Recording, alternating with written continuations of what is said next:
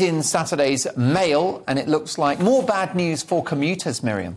Yes, so the rail unions decided to go on strike again, and that might disrupt the Commonwealth Games that's coming up, because they want to go on strike Every cloud?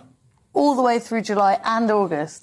I mean, they struck on Monday and I couldn't get to work. That was just in London, except for the Elizabeth line, which was good. So the unions have basically, tightened their grip, and they're threatening the Prime Minister, and he's not giving in.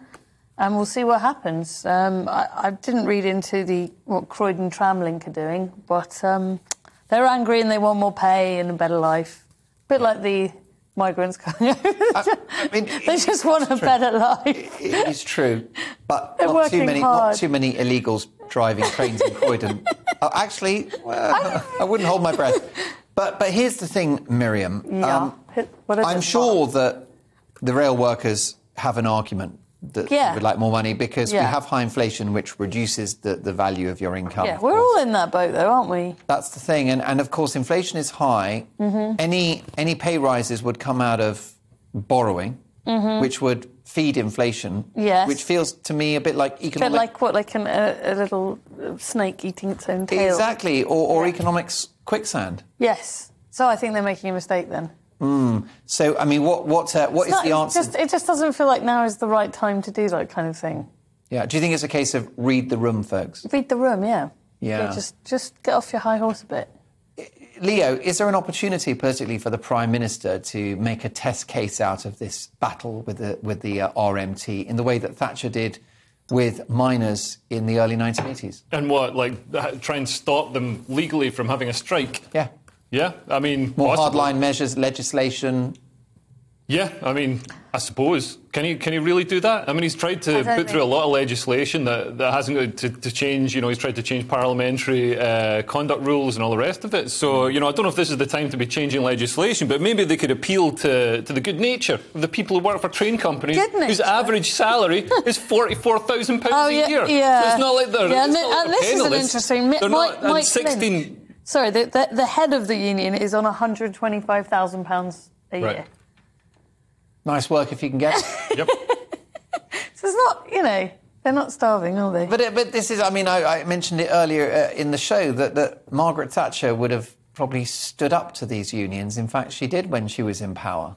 What's changed? This is still a Conservative government. There's record low unemployment at the moment. So, workers have got a huge amount of power. Yeah. They've got a lot of leverage, because where are you going to get more workers from? Unless, some of the people coming over the channel can drive a train, where are you going to get more workers from? So, this is one of the upsides of Brexit. We wanted less sort of downward pressure on wages by having just an unlimited supply of workers. But that means you've got to pay workers right and treat them well. Yeah. And workers know that. And it seems unfair because, the taxpayer bailed out rail companies to the tune of £16 billion during lockdown. So, yeah, and a lot of them were on furlough. And now Tesco workers, for example, supermarket workers, were having to work throughout lockdown to pay this furlough. And now, these rail workers, who are overall, pretty well paid, above the national average, they're now, rattling the tin and asking for more money, which seems a little unfair. But do they have the leverage? Do they have the power to do it? Well, we'll see. Yeah, and the Civil Service Union are threatening strike action over cuts, which will see the reduction of 91,000 positions. That's maybe not a bad thing. Why is that happening? Because apart from the fact that we've got a deficit in which more money is going out than is coming in, plus all the government want to do is reduce civil service staffing numbers back to where they were in 2016, which doesn't seem unreasonable. The civil service has exploded by 91,000. The country's broke. Go figure. So 91,000 more people working for the civil service. Since 2016, yeah. That's insanity. That's insanity. And also, so that's the level of bureaucracy. Yeah, and it was the twin factors of Brexit and the pandemic. And also we've got people in the public purse. So the lawyers, for example, for the people crossing the channel, are paid by the public purse. They're paid. A lot of councils fund those lawyers. Are we heading, Leo, for a summer of discontent? Don't know, it seems quite nice. It's not just the summer, it's just been years of discontent. So it'd be like the winter discontent, but we'll sort of be wearing T-shirts. How can you be discontented when it's sunny?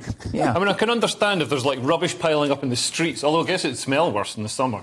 Yeah. Go off quicker. And also, I mean, things were terrible in the 70s. I mean, the economy was shot to pieces, but music was better and comedy was funnier, wasn't it? Yeah, for every cloud there's a silver lining. Was music better? Was comedy funnier? People have this rose-tinted view of the old days, but I remember the 80s. TV was terrible.